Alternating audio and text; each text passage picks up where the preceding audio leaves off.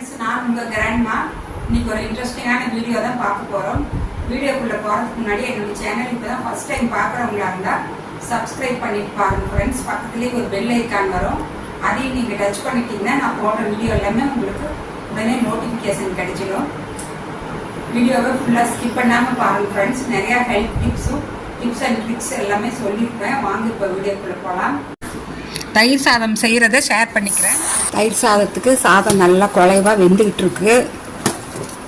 பச்சரிசியில் 1 kilo அரிசி வாங்கி நல்லா கழுவி ஊற வச்சு பாருங்கள், 2ஆக போட்டு வேக வச்சு நல்லா குழைவாக வேகணும். அதனால 2ஆக எடுத்து போட்டாச்சு. இது நல்லா வெந்துடுச்சு. இதை வடிக்க போகிறோம்.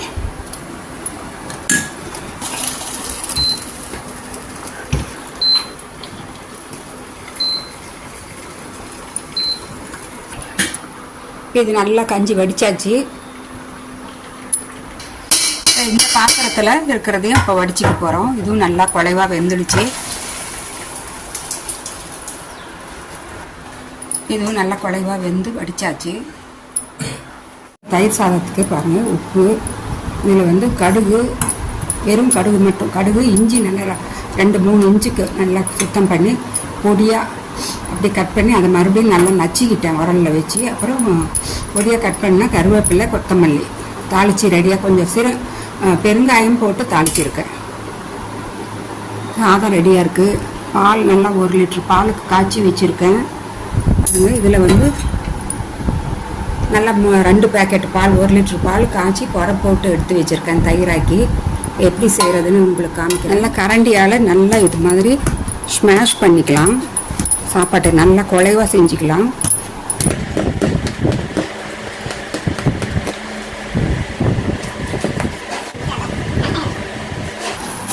இது மாதிரி நல்லா கரண்டியாலேயே நல்லா கட்டி இல்லாமல் நல்லா ஸ்மாஷ் பண்ணிக்கலாம்.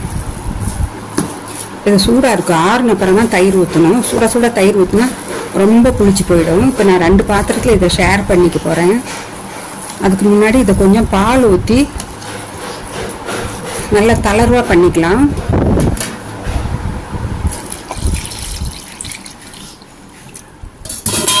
நல்லா 1 லிட்டர் பால் ஊற்றியாச்சு. 1/2 லிட்டர் பால் ஊற்றிருக்கேன், சாரி.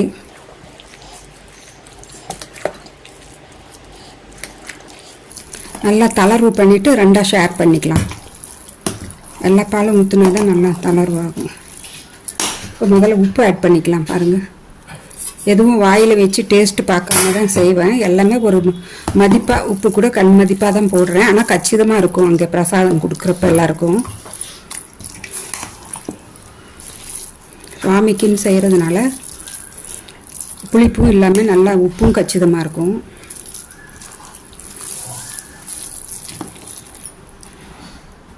இப்போ இந்த தாளிச்சி வச்சா கடுகு, இஞ்சி, கருவேப்பிலை, கொத்தமல்லி இதையும் போட்டு நல்லா கலந்துட்டு அப்புறம் 2ஆக பிரிச்சுக்கலாம். அப்போ தான் சீக்கிரமாக ஆறும்.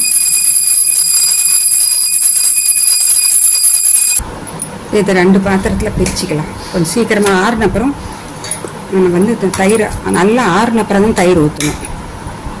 சுட இருக்கிறப்ப ஊற்றினா இன்னும் புளிப்பை ஜாஸ்தி ஆகிடும். கோயிலுக்கு கொண்டு போய் பூஜை முடிஞ்சு எல்லாருக்கும் கொடுக்கறதுக்குள்ள ரொம்ப புளிப்பாயிடும் இந்த வெயிலுக்கு. முதல்ல பாலை ஊற்றி நல்லா தளர்வு பண்ணியாச்சு. அதனால் ஒரு கட்டி கூட இருக்காது. அப்புறம் தயிர் ஊற்றிட்டு பத்தலைன்னா மறுபடியும் மீதி இருக்கிற பாலை எல்லாமே ஊற்றிக்கலாம். இது நல்லா ஆறட்டும்.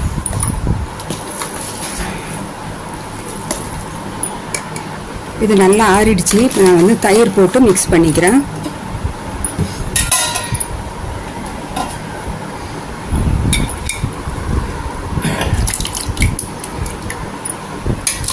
ரெண்டு பாத்திரத்தையும் பாதி ஊற்றியாச்சு தயிர்.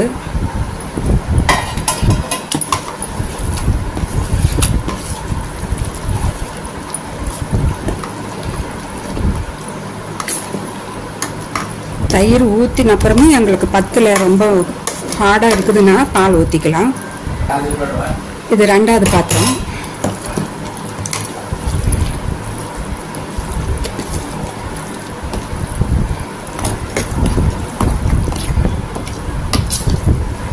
நல்லா ஆறுறதுக்கோசரம் 2ஆக பிரிச்சுக்கிட்டேன். இப்போ ரெண்டையுமே ஒன்றா போட்டு கொஞ்சம் பாலும் ஊற்றிக்கலாம். ஏன்னா ஊற ஊற ரொம்ப திக்காகிடும்.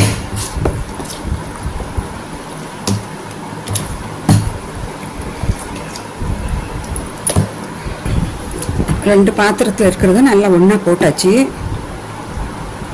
இதில் எதுக்கும் கொஞ்சம் பால் இன்னும் கொஞ்சம் ஊற்றிக்கிறேன். ஏன்னா கோயிலுக்கு கொண்டு போகிறதுக்குள்ள நல்லா ஹார்ட் ஆயிரும் ஊறி. அவ்வளோதாங்க. இது நல்லா ஒரே மாதிரி கலந்துக்கலாம். இது நல்லா சூப்பராக பாருங்கள், தயிர் சாதம் கலந்து ரெடி ஆகிடுச்சு. இப்போ நான் கொஞ்சம் வீட்டில் இருக்கிற சாமிக்கு கொஞ்சம் எடுத்துடுவேன். அப்புறம் அண்ணாமலையாருக்கு தனியாக ஒரு பாத்திரத்தில், இது வீட்டில் வைக்கிறதுக்கு. வீட்டில் சுவாமி படத்துக்கு முன்னாடி நம்ம எப்போவுமே எந்த நைவேத்தியம் செஞ்சாலும் வைக்கணும். இப்போ இதை அண்ணாமலையாருக்கு கொஞ்சம் எடுத்துக்கலாம். அண்ணாமலையாருக்கு முன்னாடி கொஞ்சம் அப்படியே பாத்திரத்தோடு வச்சு பூஜை செஞ்சு கொடுப்பார் ஐயர்.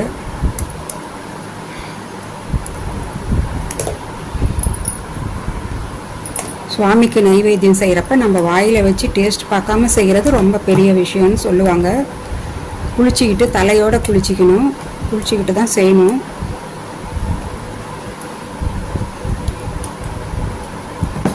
இன்னொரு பாத்திரத்தில் உண்ணாமலை அம்மனுக்கு எடுத்துக்கலாம்.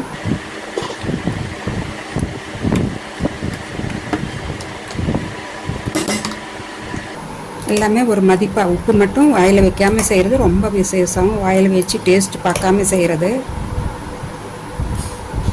அவ்வளோதாங்க.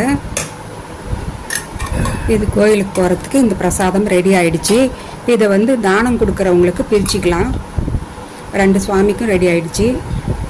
இந்த சாதத்தை நான் பாக்ஸில் போட்டுக்க போகிறேன் தானம் கொடுக்குறவங்களுக்கு. இந்த மாதிரி